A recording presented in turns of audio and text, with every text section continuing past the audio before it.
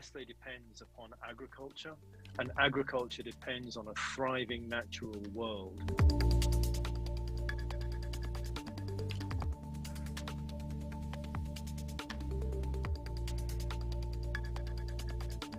Looking at more than just climate impact, but also looking at impact on biodiversity and nature as a whole.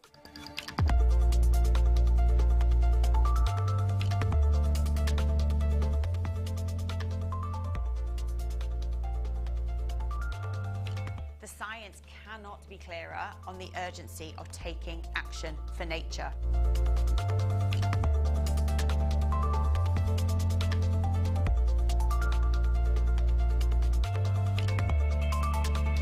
And if we continue on the current path, I say we in the collective sense, of degradation of nature, of habitat loss, biodiversity loss, and so on, then our supply chains are at risk.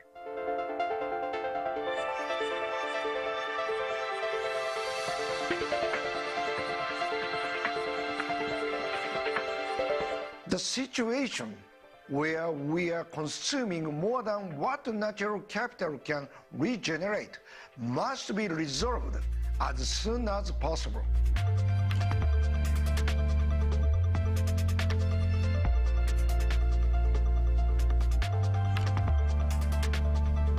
The first step in the process is really understanding where is your impact and what is material for your business.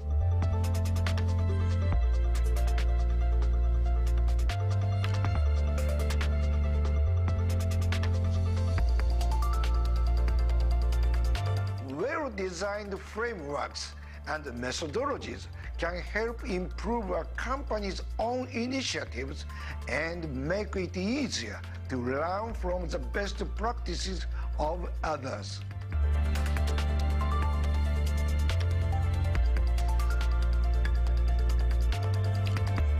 So for us, working on having more resilient supply chains and managing those risks is critical to ensure business continuity.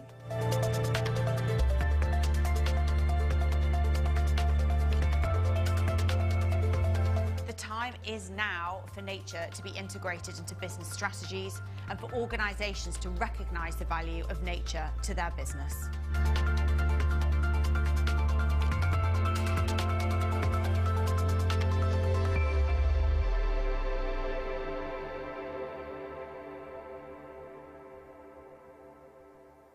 What we need behind these nature goals are internationally recognised frameworks and science-based measurement. That's why we've joined the Science Based Targets Network Corporate Engagement Programme.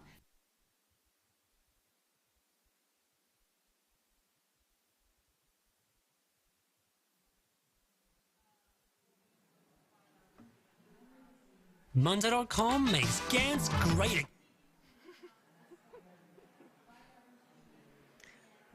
Hi, everyone. I hope you're doing well this afternoon. Thanks for coming and joining us today. I'm Erin Billman. I'm the Executive Director of Science Based Targets Network. And I'm really excited to be here with you in person, to be bridging between the virtual world that many of us have interacted in and this in-person one today. And so I just have a few logistics I'd like to run through that I will go ahead and skip forward to. We are going to be using Slido in this event. It's going to be the opportunity to poll you to understand a little bit more about who's in the room and who's online following today, as well as an opportunity for you to provide questions that you have. We are going to have Q&A, several sessions, and it will be done through Slido. So if you could please pull that up on your phone. There are 2 opening questions to poll, and I'm going to follow along on my phone as well.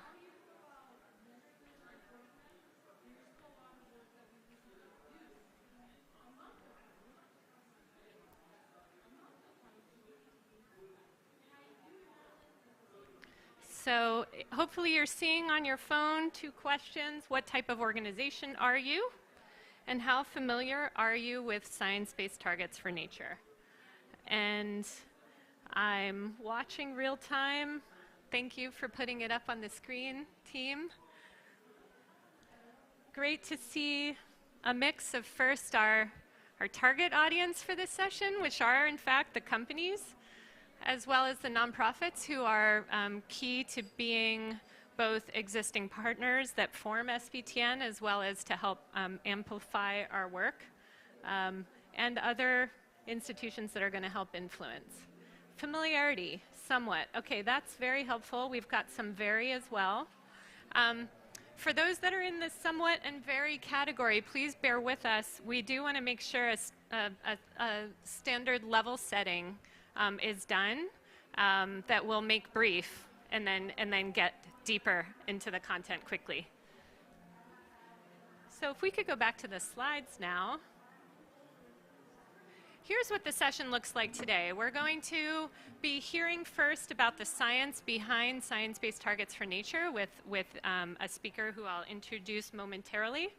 Then we'll hear from SBTN's technical director on how this work is supporting the Global Deal for Nature.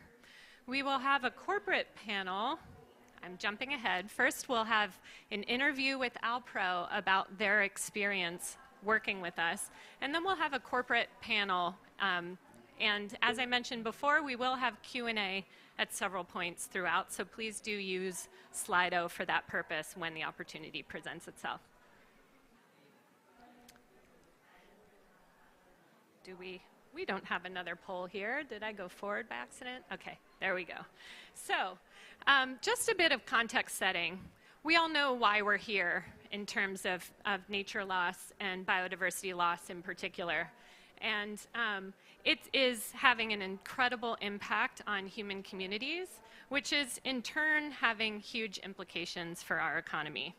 And so, what we're doing about it with Science-Based Targets Network is aiming to provide a net zero, nature positive pathway for business. Science-Based Targets Initiative has already shown the way in terms of climate science-based targets for companies.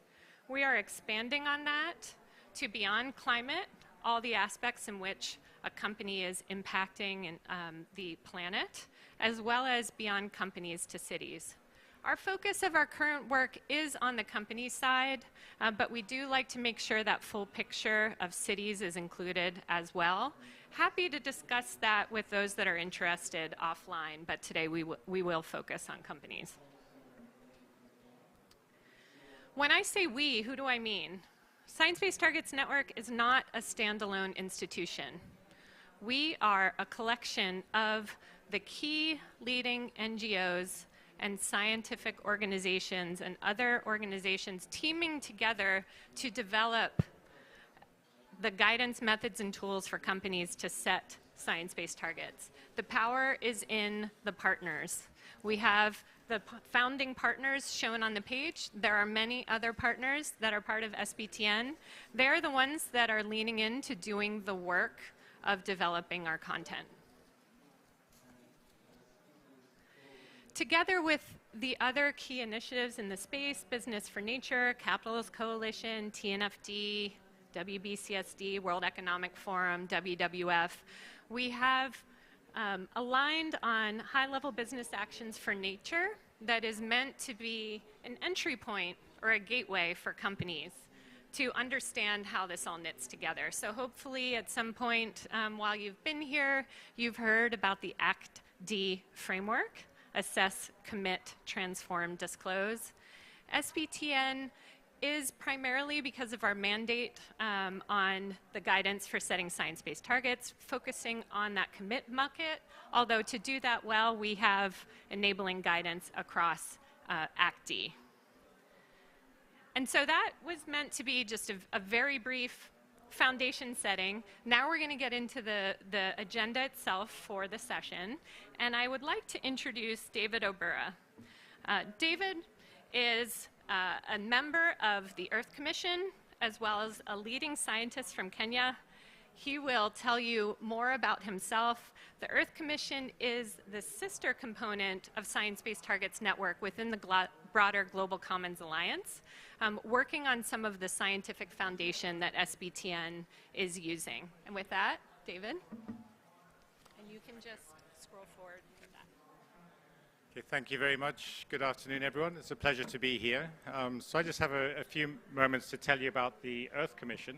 I'm a coral reef scientist based in Kenya, working on sustainability issues at that scale, and then also thinking out to global scales as well.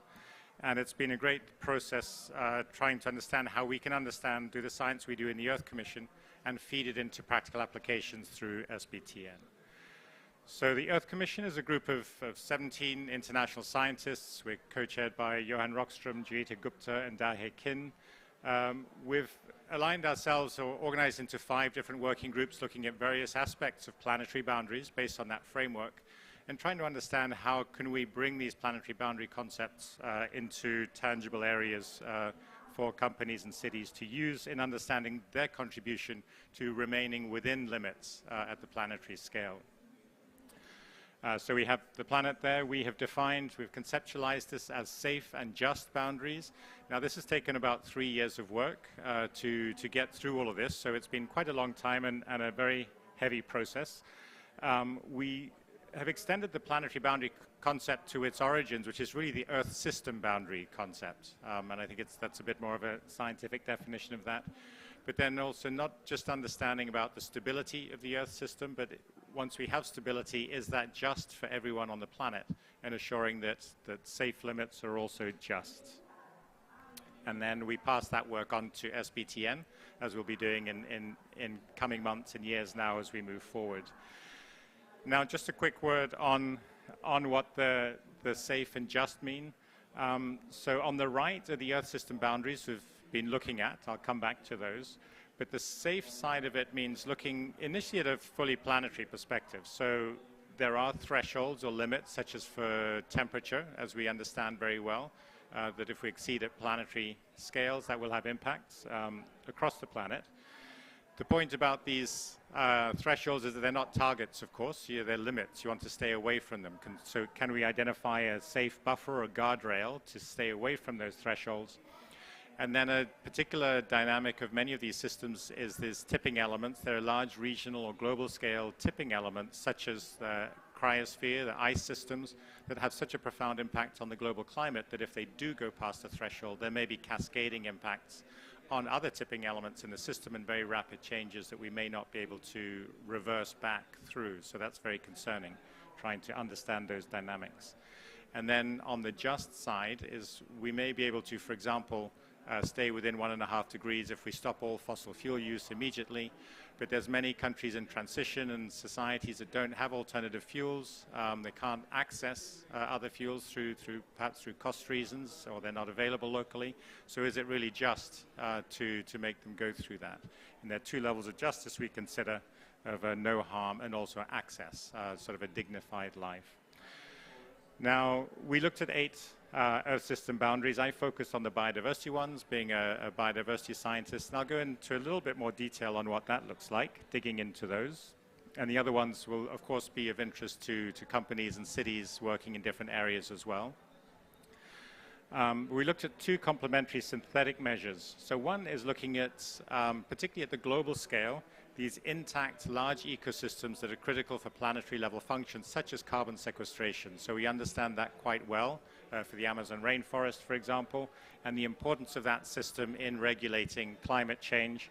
There's also, so biodiversity extinction risk can be considered as a global planetary boundary, and that is for which you need to have a certain proportion of the land and ocean ecosystems intact in order to not tip into rapid extinctions. Of course, we're going somewhat below that boundary at the moment. The second one we put a lot more time into, because this is what really then touches to people's lives, and this is something new and different, is considering many benefits that people depend on, or nature's contributions to people using IP-BEST framing, is that these are needed they act at local scales, and it varies from hundreds of meters to a few kilometers, tens of kilometers. And how can we understand what's needed to ensure that these functions and services are available and accessible to people everywhere on the planet? And we've been coming up with a boundary of the amount of intact habitat or functioning habitat needed per square kilometer of land surface in this case to ensure the provisioning of these benefits. So this is all in papers that are coming up now, and I can't give you a lot more detail than that, unfortunately, but it's coming out soon. And I won't go into this slide. This is more interpreting some of these results for the Global Biodiversity Framework and the context we're in now. And I'll hand back to Erin. Thanks. Thank you, David. An impressive amount of work, and stay tuned in 2023 for publications in 2 major journals, the peer-reviewed output from the Earth Commission. So congratulations on that being forthcoming. Next up, I'd like to introduce Varsha Vijay, SBTN's Technical Director. Varsha.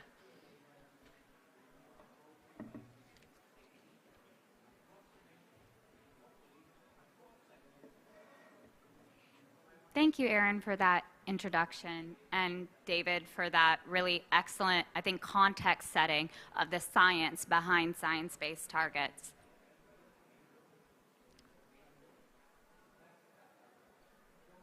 So, David was talking to you about the definition of Earth system boundaries, how to keep within those safe and just boundaries. So that science coming from the Earth Commission, other academic sources, our partner scientific organizations,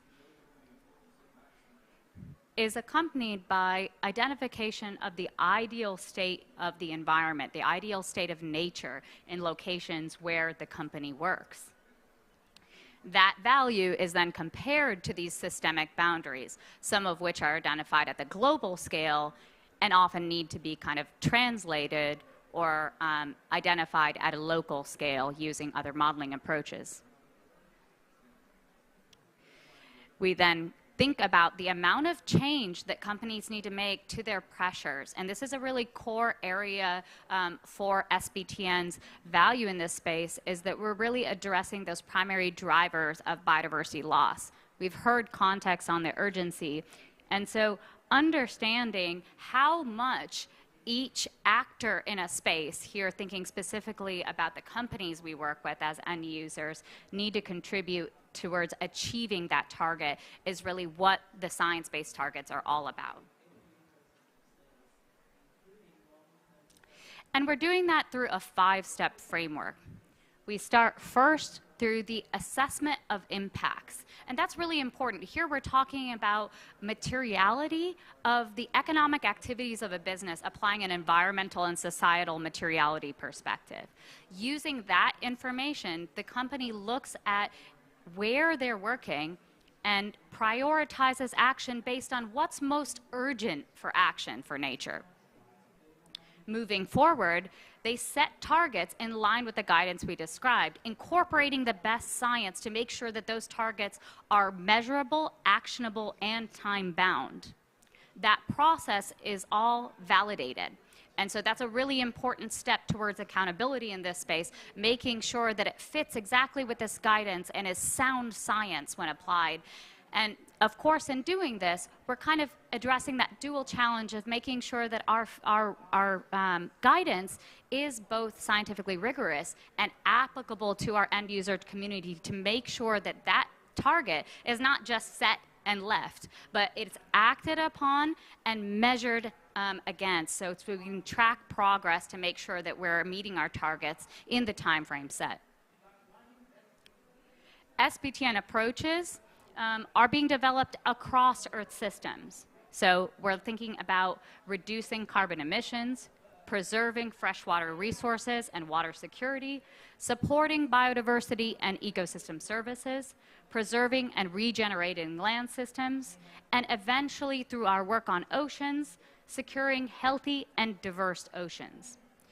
We're enabling companies to take the right actions at the right time and in the right places, and that's really critical here. That is going to enable companies to do their part to deliver the targets, the global targets in the Global Biodiversity Framework. So connecting this more concretely, we like to think of the science-based targets as an important implementation mechanism for the Global Biodiversity Framework. Of course, we want to ensure that the targets that are agreed upon here and put in place in the Global Biodiversity Framework are ambitious. are effective. But once we have them, it will be the key opportunity for us all, both governments and non-state actors, to actually see them put in place and acted on. So, for example, our targets, by that I mean science-based targets, are enabling integrated spatial planning. They're enabling restoration and land systems through our methods on land impacts. We're addressing directly nutrient pollution in freshwater systems. We're thinking about climate through our partnership with our sister organization that you already heard about, Science-Based Targets Initiative, and their new developments for flag guidance. We're also thinking about those targets which are actually speaking to sustainable use and benefit sharing. So not just considering natural ecosystems and of course the critical responsibility to prevent conversion of natural ecosystems, but also thinking about what's happening inside anthropogenic landscapes, like in agriculture. Thinking critically about ecosystem services, so nature's contributions to people. And finally, there's this really important piece about how we actually make sure that this is acted on. So the mainstreaming and integration of biodiversity into policies, regulations, and development processes, and a really special connection with Target 15, which is thinking about disclosure for companies of their impacts and dependencies, and also how to reduce those impacts by 50%. This framework and these methods play a critical role in ensuring that when this target is put in place, that we actually see action there.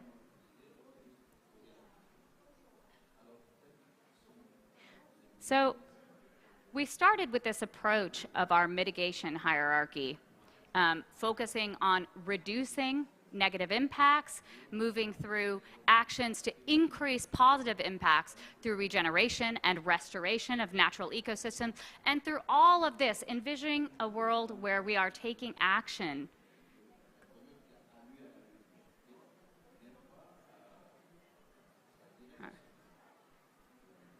I believe we have a video to show here, so I don't know if anyone can enable that. If not, maybe I can set the context. We've had a lot of discussion on nature positive here and what the definition of nature positive is. Well, this is defining a global goal in which we are halting and reducing negative impacts on nature and focusing on bending the curve of biodiversity loss. And if we're going to get to that place, then we need to not only just track the degradation of natural ecosystems, look at the declines of biodiversities across dimensions, but we need to actually enable concrete actions in line with the best available science we have. So that's actions that are first addressing negative impacts and then increasing positive ones, so that we make sure that we avoid unintended consequences of ignoring the kind of place-based relevance of nature.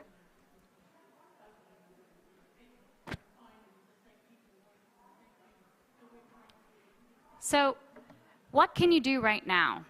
So we're looking at a really exciting time towards the release of our first version of our methodologies. But there's already things that you could do now with our draft guidance. So you can start to understand your impacts and dependencies on nature. We have guidance already out there. So we have draft guidance that actually walks you through that process of screening and assessment. You can set interim targets following our guidance. We don't want to encourage inaction. We know how urgent it is to act to reduce impacts on nature. And third, you can actually lead the way through engaging with our corporate engagement program to ensure that you hear the latest about our technical developments, that you leverage every opportunity to interact with us. And for companies, I think this is really going to be key to ensuring that when we do release our methods,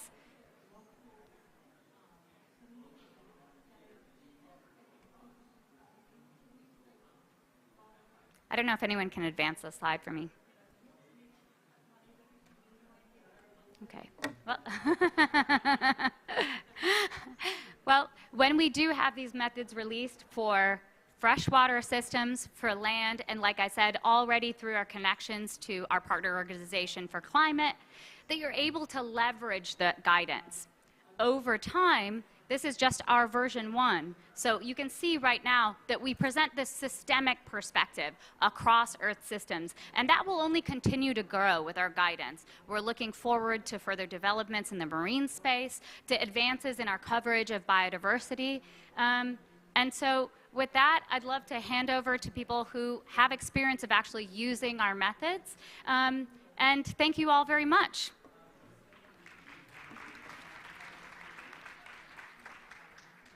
Thank you, Varsha. Is the battery out on the clicker, or is it? Okay. So we'll, nope, it is working. So we are going to move to specific experience. Just one note as I listen to Varsha that I think is a question that has come up a lot is how is biodiversity covered in our version 1?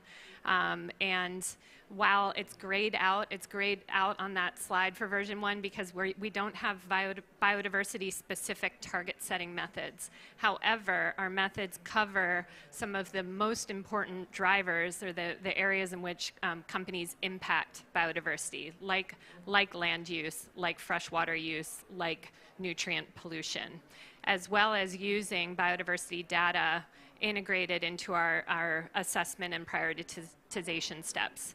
So it is covered to some extent. We look forward to continuing to build on that as the scientific consensus around what you measure and how on biodiversity continues to advance. So with that, I'd like to invite up to the stage one of our corporate engagement program members, Alpro. Ava?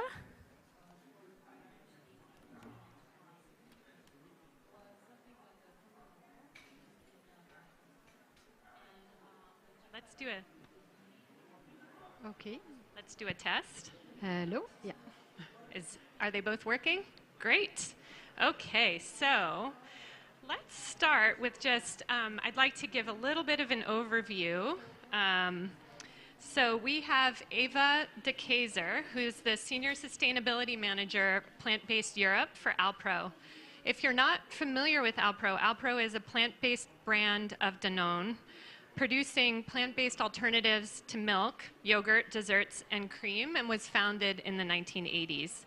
Alpro also recently conducted a pilot on the initial steps of SBTN's 5-step target setting framework, which Varsha just referred to, that helps companies assess and manage their impacts on nature in line with the Global Biodiversity Framework, in particular, Target 15. This pilot was conducted with the support of the Lab Capital Naturel, which I'm sure I butchered the pronunciation of, in WWF France, and which works to develop methodological frameworks that place natural capital at the heart of economic models. And so, Ava, to set the broader context for this discussion, many of us are aware that the food sector is contributing up to 1/3 of GHG emissions and is the primary driver of biodiversity loss, and that highlights the critical importance of transforming our food systems. How do you see Alpro supporting this transformation through science-based targets for nature that include and build on the climate ones? Yeah, so indeed, food has a big impact, but we are also highly dependent on nature, and we realize that very well, I think, anybody working in food. So at Danone, we really try to act a lot on biodiversity. We have a deforestation and land conversion policy. We work on watershed preservation, on regenerative agriculture. And we put that really in action through the brands, by the way we source our ingredients, by working with farmers on regenerative agriculture practices. And I think what we also feel, and definitely at Alpro we have been on this journey for a long time, is that we try always to do better, but when will that be good enough? And when will it be enough? When can you, and also with how will you weigh that against all the other objectives you have as a company? And when you look at climate, I think everybody who is here, and we heard it a lot, I think these days, climate and nature go hand in hand. We cannot reach the climate targets without restoring nature. We cannot restore nature without looking at our climate impact. And for us, the work we do with the SBTs for nature then is helping to make that bridge, to connect the two. And where I think what is very important and what SBTN is offering us is to help us to speak biodiversity within our organization, like we do already for carbon. When you speak with higher management, you can speak about carbon, which was also very intangible 10 years ago, and now companies can speak about it, set their strategy. I think we need the same for biodiversity, and with what we are doing with SBTN is working towards that and to close the gap. How much is enough? We hear that that's the primary question that we're trying to answer here. So let's get into some of the details on the actual pilot that you did on SBTs for nature, beginning with step 1, the assess step. Can you walk us through the key activities and insights Alpro took for this step? Yeah, so in our step 1, which is assessing the impact of your value chain and of your full activities, so what we did there was a state of nature assessment, where we looked at the pressure our activities have. And in our case, we did that, we tailored that really to our strategy and to the way that we structure our activities. So we did one analysis on our upstream ingredient sourcing, we did one on the direct operations, and then we did one on packaging, which is also an important part of our sustainability strategy. So we went to look for each of these, we called it then the business units in the assessment. For each one of them, we did a combination of an impact assessment and a spatial analysis. So first we looked, for example, in ingredient sourcing, the impact growing a certain crop has, and you match that with the origin where you source that, what is the risk or the sensitivity in that region. And by combining those two elements, we had an index of risk for each combination of ingredient and location where we source it. And that step, so it sounds very easy when I explain it now, and it's very good to have that information, but reality is that it's quite complex to collect all those data. You are facing multi-stakeholder data collection. You need to dive into your supply chain. And you also, here, I think a complexity is to also decide when it's good enough. Like, when do you stop? When do you say, now we have this picture of our value chain and we take the next step to dive in where we need to be? And I think as a company, it's also complex because it's something that we cannot do alone. You need partners for that. In this case, we were supported by Metabolic, a consultant who really guided us through it, helped us with the data, make it very insightful, like presenting us good graphs that then we can use within our organization. Great, yeah, those implementation partners are key. We do have a list of service providers. If you are looking for somebody to help you with, we don't provide a recommendation, but they are a list that have ensured that they're staying up to speed on our content as we develop it. So encourage you to use that resource if helpful for you. So, you know, as we turn our attention from step 1, assessing, to step 2, interpreting and prioritizing, can you talk us through how it helped you focus on the places and parts of the business to get started on first? Yeah, so as a result of our step 1, we have this index of risk in 5 big categories. So we looked at deforestation risk, biodiversity loss, water availability, water pollution, and land degradation. And then we matched that information with what is called our sphere of influence. So looking, where do we already have projects going on, where sits the looking obviously at the higher risk ingredients and activities. And then we called together like a bigger cross-functional working group where we were also supported again by externals, and in this case it was WWF who was supporting us in discussing where will we now focus first our efforts, what is our key priority. And this resulted then, we made 2 lists of high-risk ingredients, one for the land-based risk and one for the water-based risk. So you have, and we focused mainly on our ingredients because as a food business, I think our biggest risk sits in the procurement of ingredients. That was clear. So it was really good to have a bit this mirror in front of the organization to decide where is the biggest risk. But also in just starting this conversation, it opened up a much more long-term discussion with teams that are otherwise very operational. So that was really, I think, the big advantage of working with this strict methodology, forcing us into looking at the longer term. Great. Last question from me. What's next? Are you considering setting targets using V1 that's coming out in March of Science-Based Targets for Nature, or how are you seeing operationalizing Target 15? But I think definitely we have started the journey. We see the benefits. We want to continue. So we will, we see when the guidance comes out, but our next step is definitely to set targets. I think one of the big challenge for us will be how do we then match them with the strategy that is already in place? How do we get that internal engagement and get the full company behind that? Because that is a struggle, a bit to what I was saying at the start. We need to get companies to speak biodiversity. And I think that will only happen if more companies join the experimentation, start to use the methodologies, speak about it. And in parallel, I think setting targets is one thing, but I think in parallel, really, we need to continue the action and translate everything into making action on the ground. Great. I would like to just take a minute here to see if there's a question from anyone physically in the room or online. Again, we're using Slido for this function, so I'm just going to give it a moment here to see if there's a burning question we get to before we move on to the panel.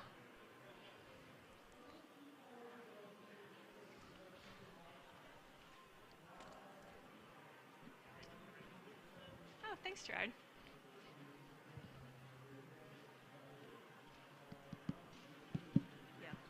Hi, thank you, very interesting.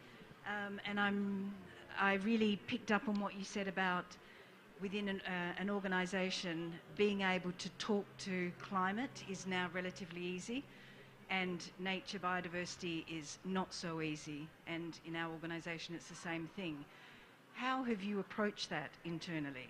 Do you have any recommendations about having that discussion so that people really do understand the link between the two and they see it as being just as important as climate? Well, this whole process actually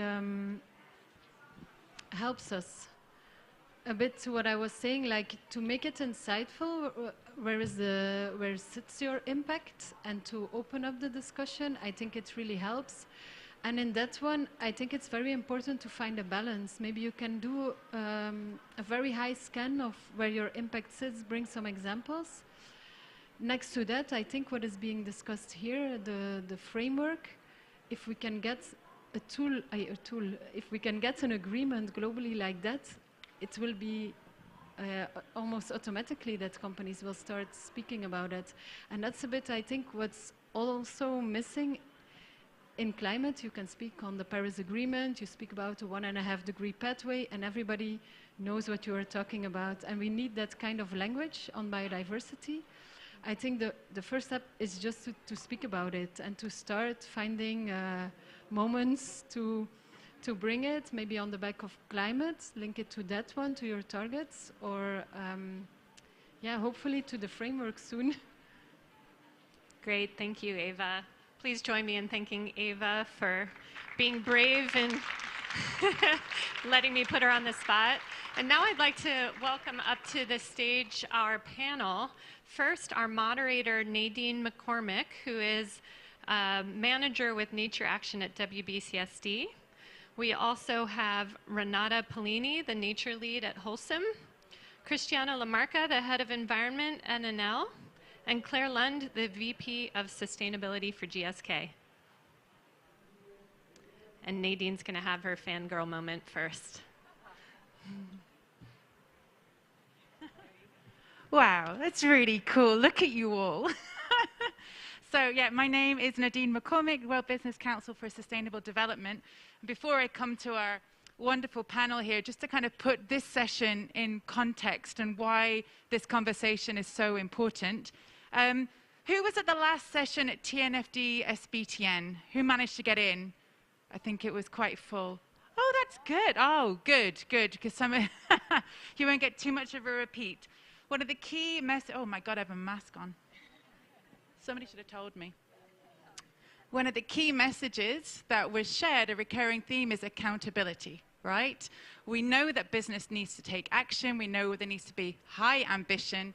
There needs to accelerate the action, and we need to get these accountability loops working. And so the SBTN is a critical framework in this accountability system, setting that high ambition, like SBTI does for the climate accountability system, and how this then feeds into driving the actions that are needed to halt and reverse the loss of nature, and then disclosing on all of that to be able to then inform the finance institutions, the governments and civil society and consumers to make their choices. So this really is a key part of the system. We have to make it all work. Another way of framing that is the Act D framework. You might have heard of that Act D. Who's heard of Act D?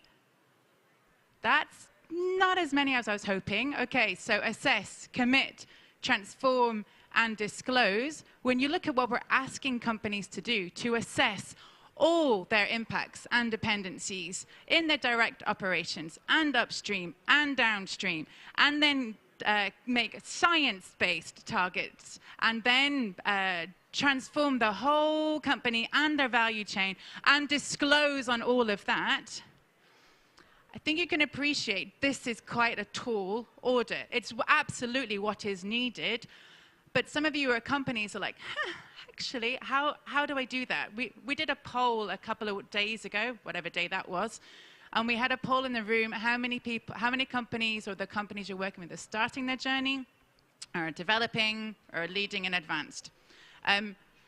2/3 of the room were starting. They're on the, what is nature? What is our relationship with nature? So I think just to kind of put this in context, we need to get it right. We need to learn from leading companies. So it's in the spirit of that we're going to be asking some kind of challenging questions. In the meantime, a little plug that we do have guidelines that WBCSD just released, which tries to make an on-ramp for when you're starting to assess, where do you start? Your first commitments when you're getting started, what are they? Where do you start taking those actions to transform and disclose, to create this on-ramp to get companies to go much more quickly? Anyway, I probably went on too long. The other thing is that we're developing guidance for helping companies and dive into sectors. And so it's probably by no coincidence here that if we think about those with the highest impacts and dependencies, we've got land-based, which are kind of represented along a long value chain with GSK, Claire. We've also got built environment, so represented by building materials, Renata from Holcim. And we also have energy systems, represented by Christiana from NL. So this is a common theme. Let's keep being precise on the details. So I'm going to come to Renata, you first. So as a company in the built environment system, why is your organization interested in science-based targets for nature? I saw that was a question, by the way, in Slido. Tom, wherever you are, here or online. So thank you for that question. Why is Holcim interested in setting science-based targets, and how do you hope SBTs for nature are going to feed into the outcomes in your company, your sector, and broadly more society? Hello, everyone. It's a pleasure to be here with all of you today. So I'm the head of nature at Holcim, and first of all, I would like to talk about what is Holcim, what's our business. So we are producing cement, aggregates, concrete, roofing, many materials that are going to be used on the construction. And I think all of you know, but the construction sector is contributing to 37% of the world's CO2 emissions. And also, in terms of nature dependencies, we are the largest highly dependent sector, followed by agriculture, food, and beverage. A lot of people do not know that, but this is really the case. So, on the climate front, we set targets, and our targets were validated by the Science Based Target Initiative across the value chain, so in our own operations and scope 2 and 3. And we would like to do the same for nature. We want nature to be at the same level as climate. As Eva, the previous speaker, mentioned, climate and nature are interlinked, and we want to make sure that they are at the same level. So in terms of what we expect from the guidance, I think is really, if I think we all love nature, right? So if you want to see a real change on the ground, on nature, we need to set science-based targets because they're really setting the new nature standard. And then I'm just going to chat to you about it because actually, Wholesome, you have a really ambitious strategy as well, right? It's not just science-based targets in isolation, but it's part of a broader strategy and informing that, right? Yes, yes, definitely. So I think we took a very bold approach. We launched our nature strategy in 2021 when the science-based target for nature was not there yet. But when we launched, we knew this was coming. And what we agree is that we are going to launch, but we are going to be part of the science-based target for nature. We're going to support this framework to make sure that it's applicable for business and also to make sure that we are there.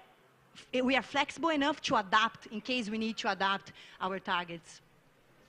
Great. Okay, I'll be coming back to you in a minute. Christiana, coming to you now. All right, so same question though, right? But this time you're an energy company. So what's the benefit to your company of setting science-based targets for nature? Okay. Can you hear me? Yes. Oh, thank you. Thank you. First of all, thank you very much for having me here because I think it's very important to share experience and also challenges that we have in this path to development common road map. And for who doesn't know Enel, Enel is an Italian electricity utility that operates around the world. We are present mainly in Europe, but also in South America and North America.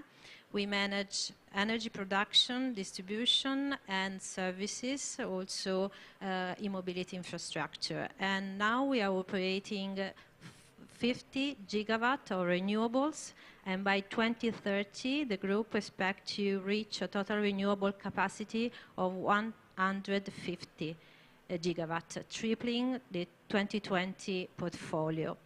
And Enel is committed to zero emission by 2030, both for direct and indirect emission, and we already have certified our reduction of CO2, and we are renewing this certification with Science Based Target Initiative.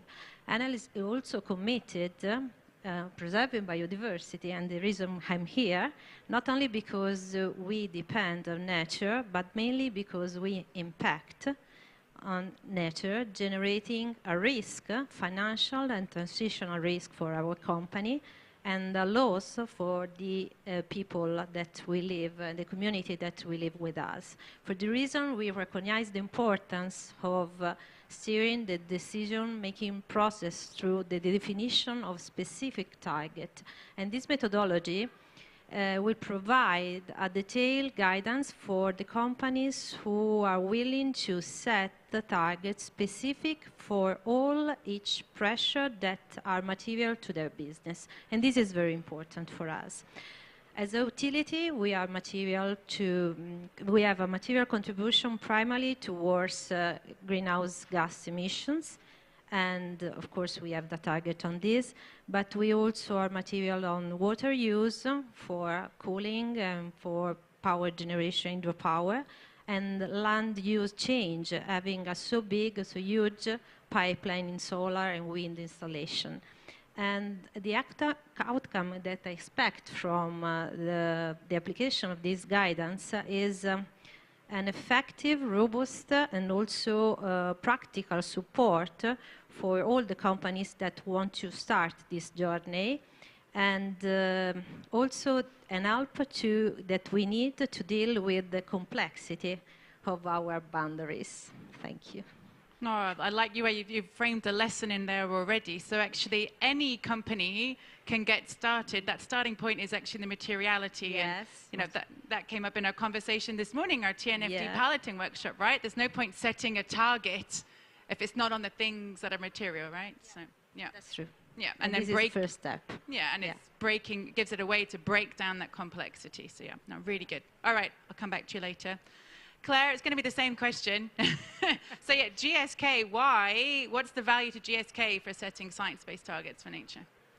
Thank you. Well, I'm not going to do who's GSK because frankly you can look that up. So I'm going to talk more about why we're here and what we're trying to achieve, which is actually about recognizing that healthy people need a healthy planet. So when you look up GSK, you'll realize why we're talking about that. So we do recognise that climate and nature are interlinked. And actually, we set a goal in 2020 very similar to Renata, which was, look, we've got to set bold, ambitious targets, get the organisation behind us, and drive nature into that agenda early. We took, quite frankly, a bit of a fear factor in terms of these were not established methodologies, these were not established targets, but we know intrinsically that you have to have both. So let's go for it, let's set the ambitious direction and then mobilise the organisation and the sector across that. So we set net zero and nature positive, or contributing to nature positive, by 2030, again, across the entire value chain. So that's not just our own operations, that's upstream and also downstream as well. So then to your question, why is it important? Frankly, then it does actually provide us that credibility. It does provide us that science-based approach, which is extremely important to a science-based company, and to scientists that live within our company to understand what we're focusing on, how it's measurable, how it relates to planetary boundaries, which for scientists is a concept that's really well understood, but when you start to talk to the finance teams, the procurement teams, and other functions within a corporate, they literally glaze over. So we're having to break it down into real tangible, what does this mean? What actions can you take in your function, in your department? What does it look like in terms of water, fresh water quality? What does it look like in terms of water pollution? What does it look like in terms of materials, circularity, waste, biodiversity, all of those interrelated plays?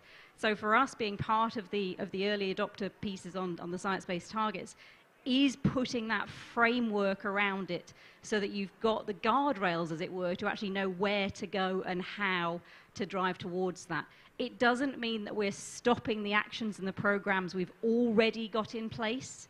And I just want to make that crystal clear. This is actually about continuing to build on what is already there. So we've taken what we call no regret actions and targets on water, on biodiversity, on waste and materials, so that we're actually moving and taking action at the same time as working on the sort of refinement, I would call it, of the methodology and the structure towards that. So hopefully that gives you the right answer.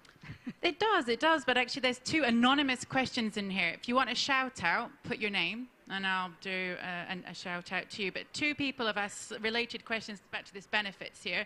Somebody's saying, what's the shareholder reaction like? Somebody's saying, how have your customers reacted to the work? I don't know if one of you wants to pick up on that, just if there's been a customer reaction or a shareholder reaction, or not yet.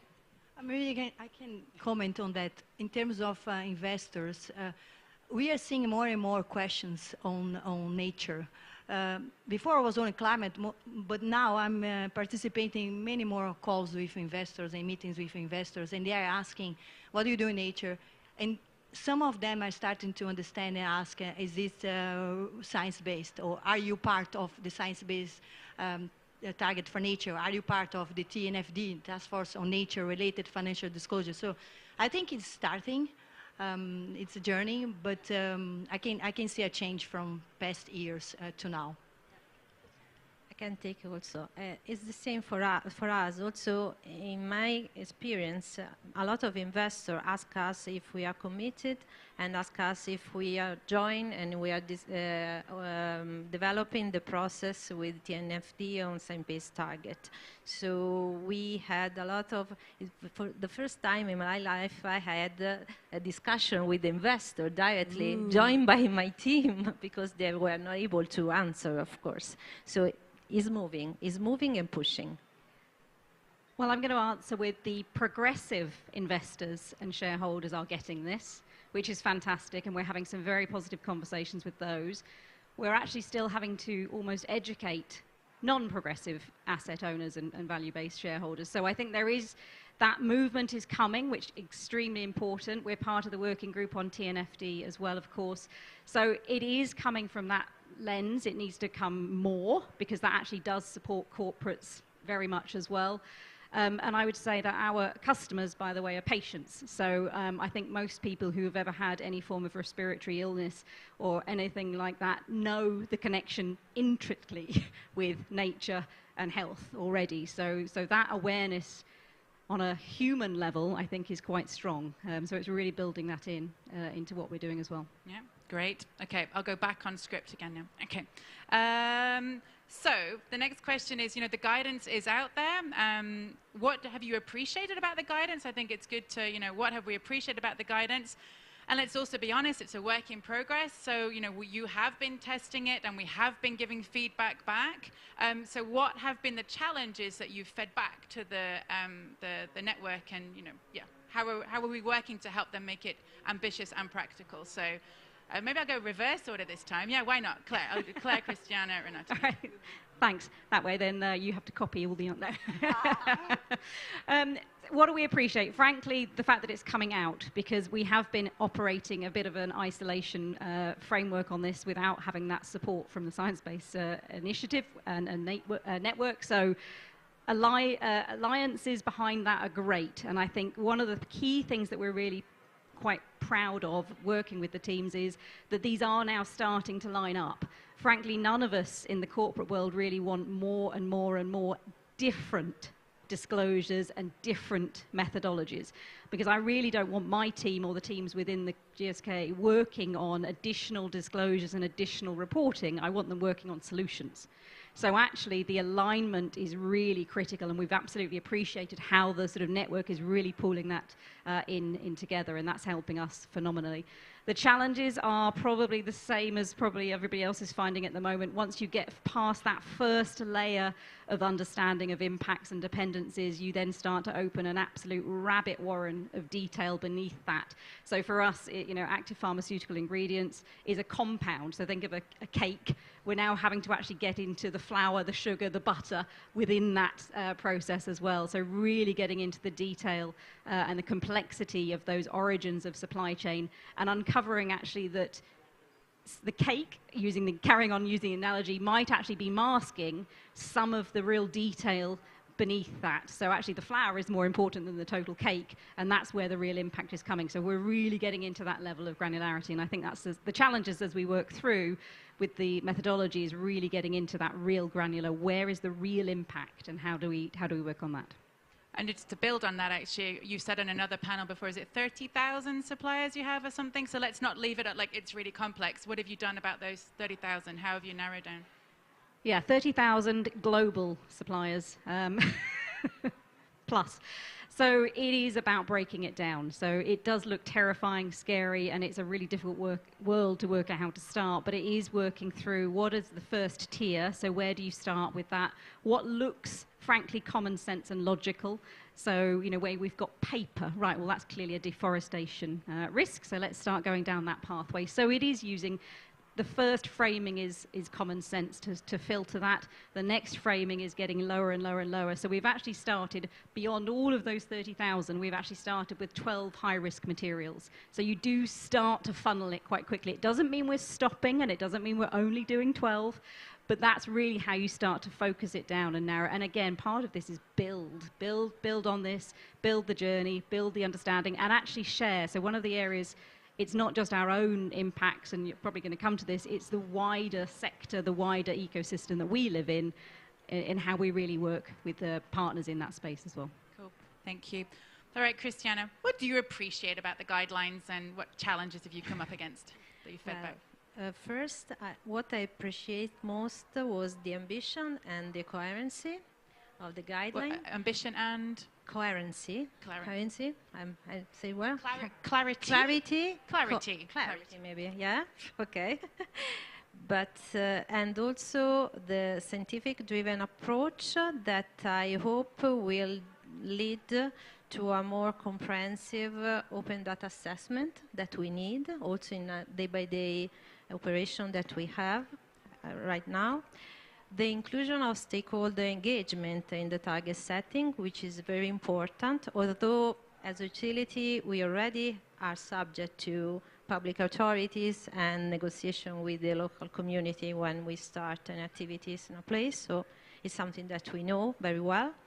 And also the practical reference to available tools that you can find in the guideline. In the road test we were involved, we also realized that the process is onerous and can be affected by the lack of availability of data and the time required to gain this data, to assess the data. And moreover, another aspect is that not in all the geography, at least where we are present, are the public authorities organized or accountable to support this kind of process. This is a very important point, at least for the guideline on fresh water, for example. And the two main challenges that I see are the first, the task to cover the task to convert group level footprint or framework to site-specific target setting and vice versa, because sometimes it's not easy to make a synthesis of the specific target at group level. And this is the first challenge for us, because we need to have an overall site and approach also for the stakeholder, of course, and the shareholder view and investor. And the other task is to cover the diversity of the supply chain as well. I'm meaning tier 1 at the moment. So is it possible, manageable to assess and reduce the impact of the value chain locally? I mean in construction, operation, demolition, and repurposing of a plan of an infrastructure. But the supply chain assessment, it will be global. I'm thinking about buying panel, PV panel, or wind turbines. So, I mean, and other commodities. So the upstream activities data assessment will be onerous, and we need to simplify at the very beginning in order to understand where we have data readiness and what kind of data we can rely on also to do this kind of evaluation. Yeah, no, so traceability has really come up as a prerequisite to be able to get some of this information. And, you know, there's good traceability on those high-risk commodities. I used to work on biofuels in the olden days, and I remember soy traders going, it's impossible to get traceability on soy. Now, the traceability's there, it's getting better. So now we need it, like, to expand. You know, maybe we need a roundtable on sustainable solar panels. Is that what you're saying? I don't know, but like, yeah, when you're buying your panels. I remember your colleague saying, well, we buy our panels from China. We know we buy them from China, but that's as far as it goes. So how can we get traceability for all these other, they haven't got on the radar yet. Yeah, cool. All right. Renata, what do you appreciate about the guidelines and what challenges have you shared? Right, so maybe two insights on what do I appreciate. I think the first thing is really the dialogue the Science-Based Targets for Nature is having with the business. In the world of today, we need to have this dialogue, otherwise it will be guidance that nobody will apply. And so we need to have this balance of a framework that is science-based, but is also practical to the business. So this dialogue that they are having with the business is a must, and it's happening quite well. And the second thing I appreciate is that the guidance is quite logical and practical. It starts very broad, measuring your materiality, so where you have most of your impacts, and then you narrow down to measure your impacts, and then the state of nature. So there you set the targets on where you have most of the impact. So it's quite logical and practical, and these are, it's really, I really appreciate. Now, a challenge that we face at Holcim is that when we think about the value chain, so in our own operations, we have primary data. We are quite well placed. In the upstream suppliers, we also are quite well placed, and we have, just to make a comment, you have 30,000 suppliers. We have in tier 1, 100,000 suppliers, 80% SMEs. But we do have a clear understanding of the impacts. We use a tool called ExoBase, and I'm glad Science-Based Targets for Nature recommended this tool. If you don't have primary data, you could use this tool to assess your impact on the suppliers. And we do use this tool since 2014, so we are quite well placed on that. But a challenge is on the downstream. Holcim is very decentralized. We are a very decentralized company, and not necessarily we track our end users. So we have a challenge on this, how to measure the impact on the downstreams with our customers. And this was a challenge for us. And when I saw the guidance that is out there, there is not a specific guidance from downstreams. So this means that the scientists are also struggling how to measure impacts on the downstream. So this was a bit of a relief for us.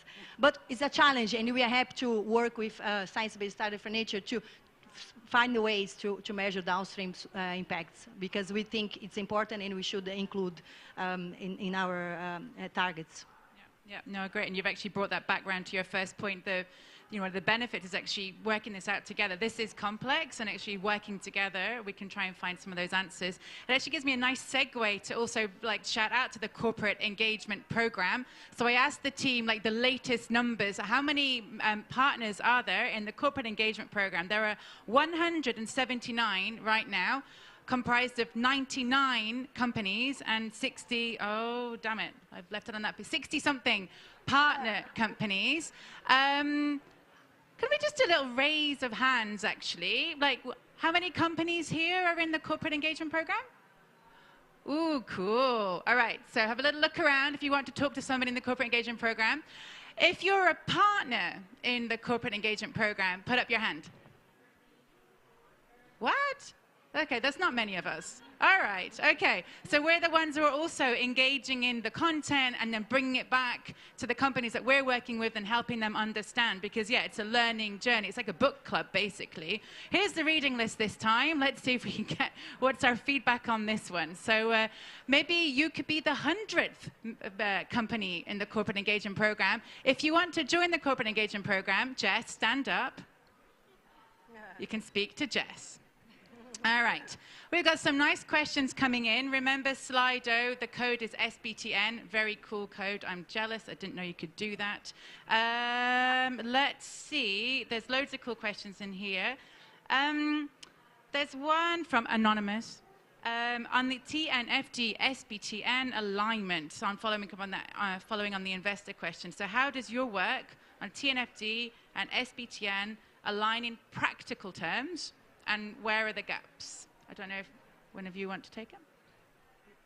I can start, but in terms of practical terms, we've actually run them together. So that was the sensible, smart approach, frankly, for us, because mainly it's the same team working on it. So we looked at both the impacts through the SBTN aspect and then the dependencies primarily through the TNFD pieces. And frankly, it is working with the same data. So it is pulling it from just slightly different lenses and looking at it from different approaches in terms of which of the areas in water, for example, would actually link us from an impact or a risk. What's the cost, the financial valuation of that? What's the physical valuation of that in terms of then a target setting? So actually same data, just looking at it from slightly different lenses in most approaches. So we ran it at the same time. There are some differences, and I know Science-Based Targets is well aware of this, which is, the sort of overarching aspect and then the sectoral piece. So marine is not fully there yet.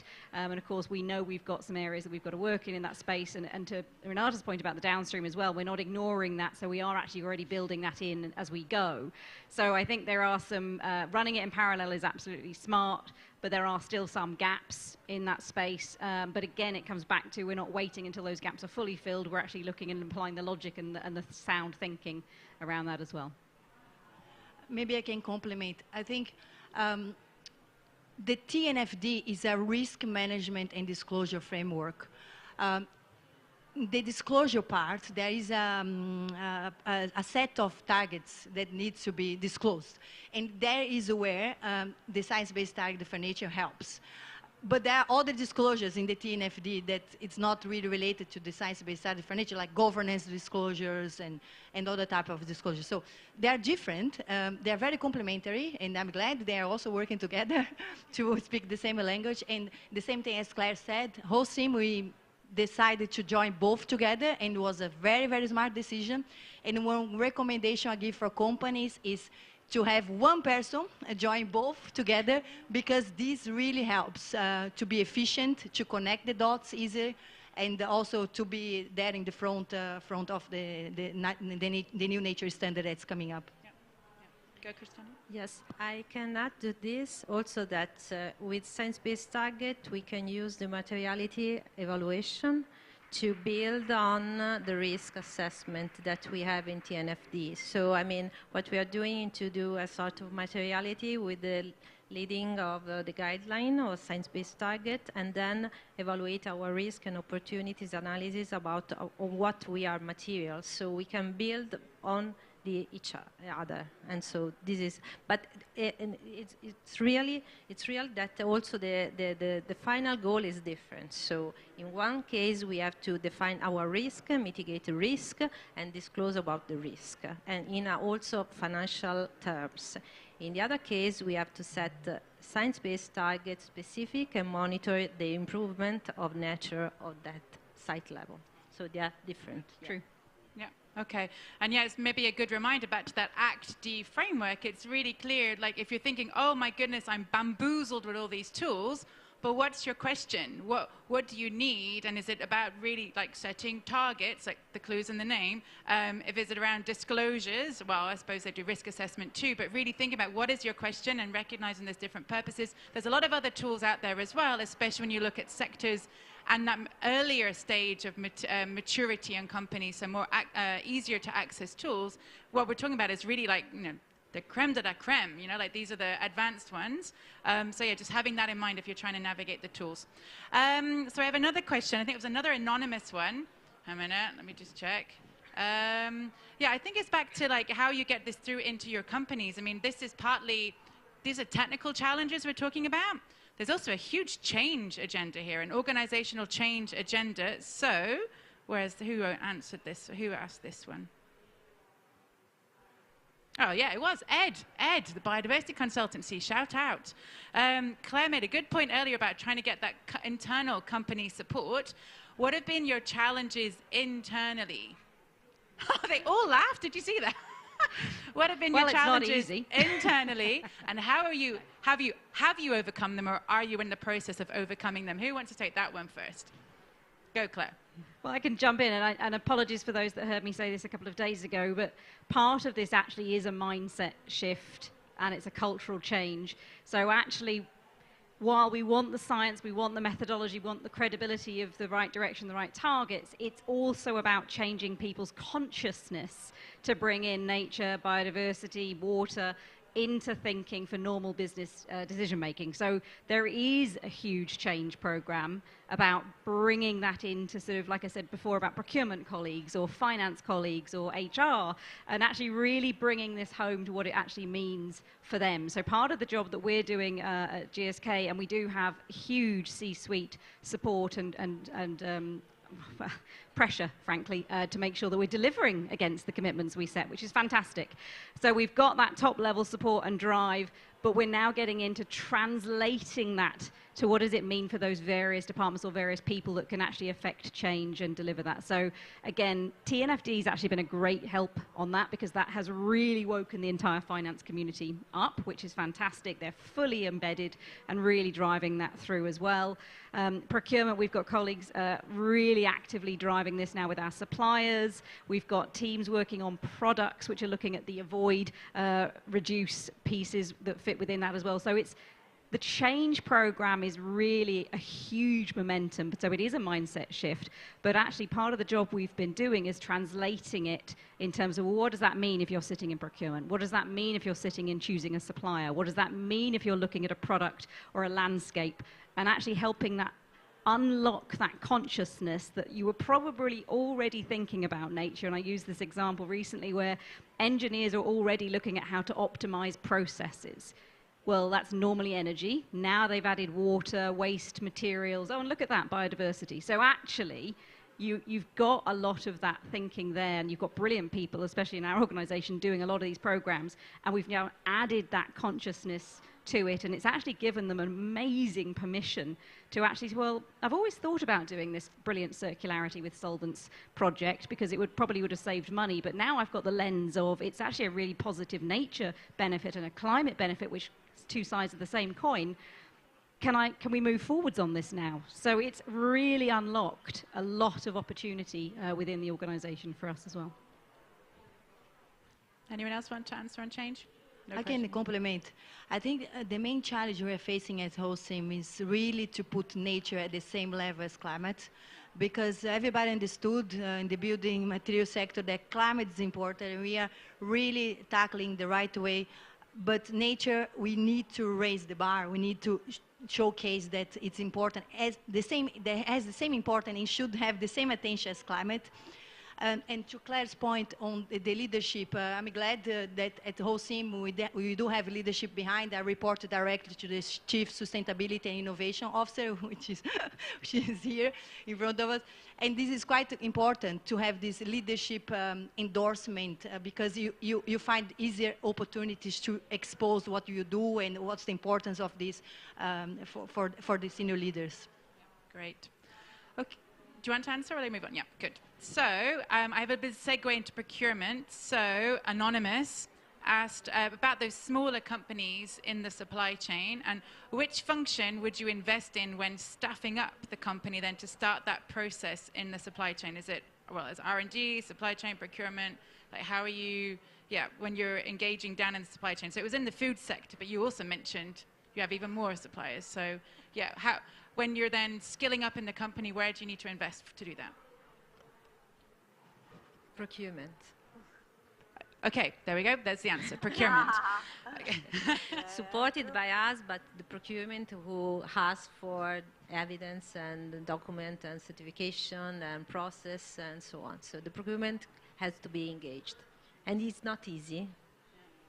Are you doing like training programs and stuff for them? Are you doing like what is nature type programs or? Internally? Yeah, sure. We took 1 year to make all on the same level of attention about the topic.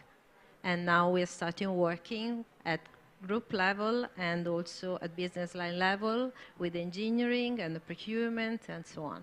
So, but it's a process. Ongoing. Anyone else to build? Well, again, we're probably very lucky. Our Chief Procurement Officer is extremely engaged on this topic, which is, again, fabulous. And actually really driving that through in terms of capability building and working with the suppliers, not just the large ones, because actually a lot of the large ones are already on this journey already, but really how do we take that down to the small and medium enterprises as well? So again, working with partners that we do with Manufacture 2030, where there's direct opportunity to work with smaller and medium organizations to provide practical advice, practical support. So that's what we're investing in, as well as not just our procurement teams, but also with the right solutions that can access our suppliers or partners through the supply chain as well. So it is a capability and a learning journey, but actually it's an extremely rapid one. Once you get people to unlock, and I said before, unlock the mindset, unlock the realization that these are win-win-win opportunities, which they are in most cases, it flies much faster. And actually what we're trying to do from a central sustainability team is actually get out of the way. Nice. Okay, we're starting to get to the end of this part, so I'll be soon coming to you for your final words of advice. And a note to the SBTN team, there's 2 questions for you in here, I think. I'm really glad an anonymous person asked this question because it's kind of my learning edge for the last few days. So both SBTN and TNFD are quite light in the inclusion of people, particularly the impacts and contributions of indigenous peoples and local communities. So if and how do you address this gap? Oh, do you want to? Oh, okay. Well, I think I'd like to know, because I've been asking all our member companies these last days, what are you doing on engaging local communities and indigenous people? So this is probably a bit on the spot. Would somebody like to Well, I say that we already are in this process, because when we build a power plant or an asset, we have to follow a permitting process which involves also the area in which the stakeholder, and sometimes we have also to deal with indigenous people. So it's something that we have in our, I would say we do environmental and social impact assessment at the very beginning of our process, and then we design and we do the feasibility and so on. So, I mean, practically, if we have already this approach, with this guideline, is more clear the effect and the importance to having in this definition of the target. So, good. So that's a starting point, yeah. Well, I can again probably build on that, and again, part of this is the journey. So when you do the impact, materiality, and understanding, it's really obvious quite quickly that you win and lose at a local level. So you're then really into engaging with the local community immediately. And actually, we could do the best, I don't know, we'll pick water reduction project in the world, but actually that water basin won't improve. So if we don't engage the communities, we don't engage the other neighbours in that water basin, then that will never improve. So we'll never actually meet the science-based commitments and requirements if we don't do that. So projects that we're looking at and programs are already moving into that agenda. So in Indonesia, in India, we're working with the local communities very hard now to actually listen, understand where the opportunities are. And actually it's fantastic in terms of surprising insights that we're getting, which is actually it's not this project that would make the difference in the impact, it's actually this one. And, you know, water and sanitation is a big one that's coming through for us as well, because that obviously links with health. So it's a really good engagement that we're getting, the richness of having that conversation when we're starting to look at the projects, the programs, and then realizing you can't deliver any of these targets unless you engage with the local communities. And so, yeah, we're finding that across the projects, but it's building and building and building as we go through. What I'm also, by the way, loving about being here is that opportunity to listen and to actually be here. So part of the reason that we're here, not just to be on panels and talking about it and sharing our experiences and learnings, but also so that we can listen and understand where we can do more. So at HOSIM, we do have a policy, a human rights policy in place, and also a nature policy, and the golden rule is to proactively engage with local stakeholders. So we do need to engage with communities, and I completely agree with Claire that without this engagement, it's getting difficult, our life, you know, our business. So it's very, very important on both sides, you know, when we have problems, but also when we have opportunities to really work close to them the whole way through. Okay, learning journeys everywhere as well. But no, thank you, whoever added that question. So I'm going to ask the panel now just to share like their last words of advice to companies or individuals who are working with companies. So a flurry of last questions that have come in though, like how big is your team? Did you use anybody that's external? Do you do it in-house? Is there any third party? So in case any of your lessons might relate to that, maybe answer to those, and then I'll hand over to SBTN to answer those last two questions. I may start. So basically, it's pretty much everything in-house. The only thing we do with consultants is the axial base, so the upstream analysis, the impacts on the upstream. We use a consultant for that because it's 100,000, as I mentioned, 100,000 suppliers, most of them SMEs, so we use a consultant for that. But apart from that, it's all in-house. And so your last word of advice is to... I think be bold, go for it. I believe we don't have time to wait. I mean, we are already at the end of 2022. 2023 is there, and we need to reverse natural loss and possibly be positive by 2030. And it's 7 years. 7 years is very, very few. It's a few time for nature to thrive. So we need to put actions in place and make sure that you are with knowledge on the science-based targets for nature guidance, but also the TNFD, and just go for it, because we need actions for everybody to make sure we have a real impact on the ground. Here, here. Yes. Okay, Christiana. My advice is to start from what you are very material as an impact. So internally understand which is your main goal, what is significant to you, and then decide which is the target you want to reach. And so also later on be helped by others, so more specific competencies. But it's important to make this preliminary analysis inside, and also try starting also with the specific boundaries, a geographical or specific business, not to everything together, in order to better understand the impact that this can have on your business and the action that you have to take later. So this is my advice.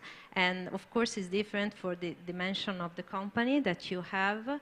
As Enel, we decide to do internally this screening, and later on to to develop at site level with some criteria and methodology to deliver to the people on site that maybe can be external to perform.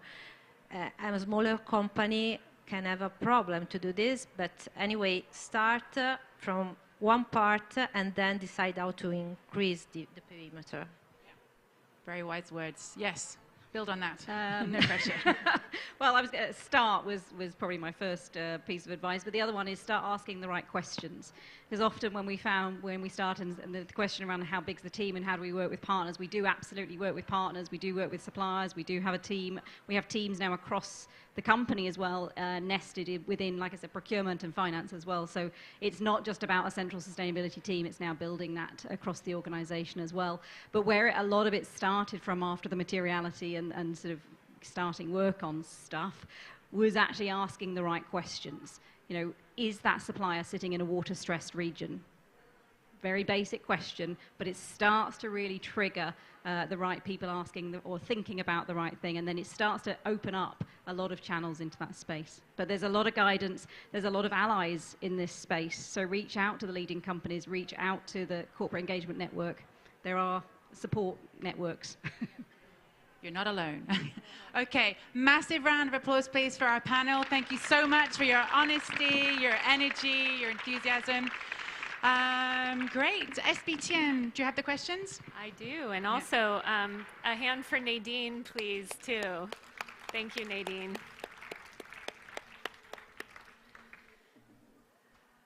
So as we come to the closing part of this session, I would like to respond to the questions that are more directed to the SBTN team more so than the companies themselves.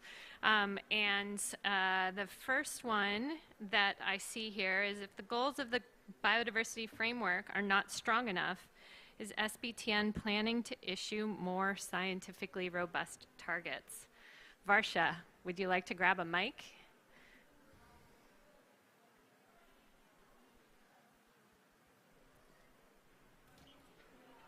Sure, yeah. It's a tough question, honestly. I think at SBTN, we join everyone else here in hoping for a really ambitious and effective GBF, and one that is grounded in science. But if that doesn't happen, we aren't waiting, and we haven't been.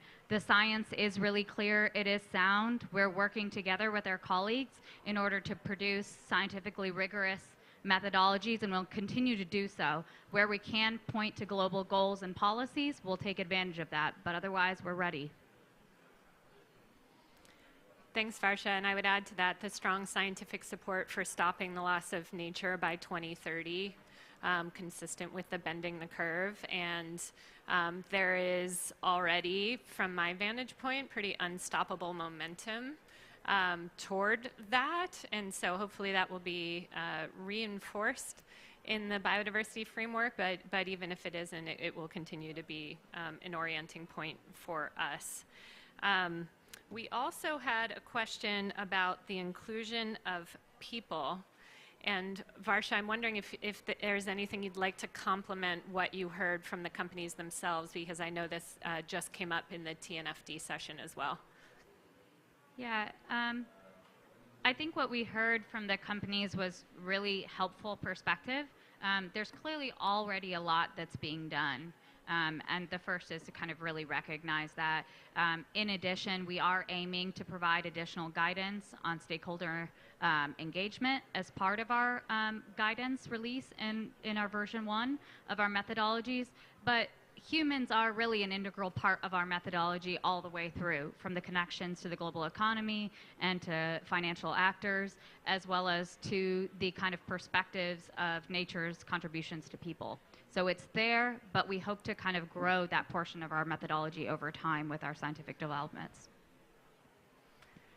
Thanks, Varsha. And we had one additional question here about, does SBTN allow existing systems and methodologies to be used and enhanced? And first, I hope you heard a few examples of this on the panel in terms of existing tools that we're pointing to, but I'd like to invite Jess McGlynn, who runs our corporate engagement program, because she gets this question all the time. Jess.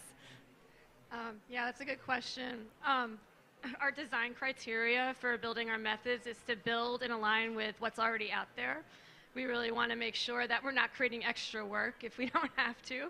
So we've been really very careful about in all of our methods to make sure that we're incorporating what's already out there, what the companies are using, where it makes sense, and when it doesn't entirely fit, then what are some crosswalks to make on-ramps to use our stuff. Sorry for my voice.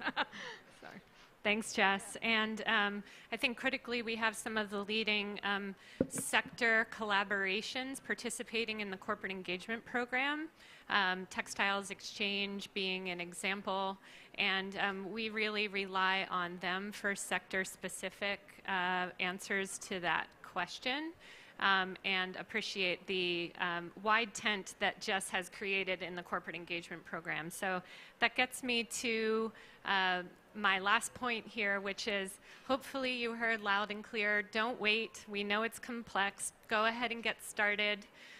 Some of the ways that you can get started if you aren't already engaged is that you can join our corporate engagement program, participating in the design phase as well as learning from leading peers in the space.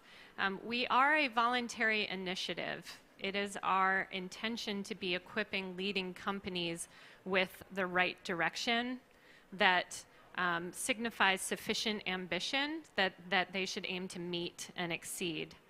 We recognize the limitations to that, which is why we hope by defining that bar, we're accelerating the other aspects of accountability that need to follow, including but not limited to regulation, that will be necessary to level the playing field.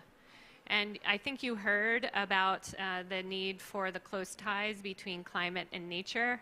Just reiterating that we can't solve climate change without stopping nature loss. And climate change is one of the key drivers of nature loss.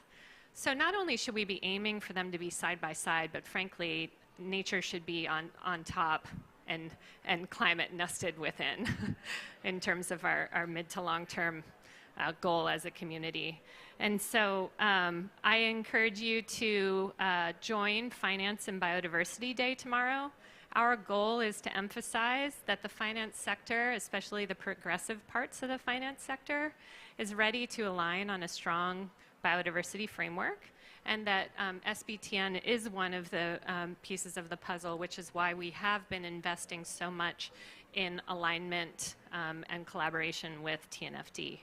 Also within the broader Global Commons Alliance, we have the Accountability Accelerator hosting a session here tomorrow in the Nature Positive Pavilion at 4:30 on the role of finance. So hopefully you can join that as well. And thank you all for joining us.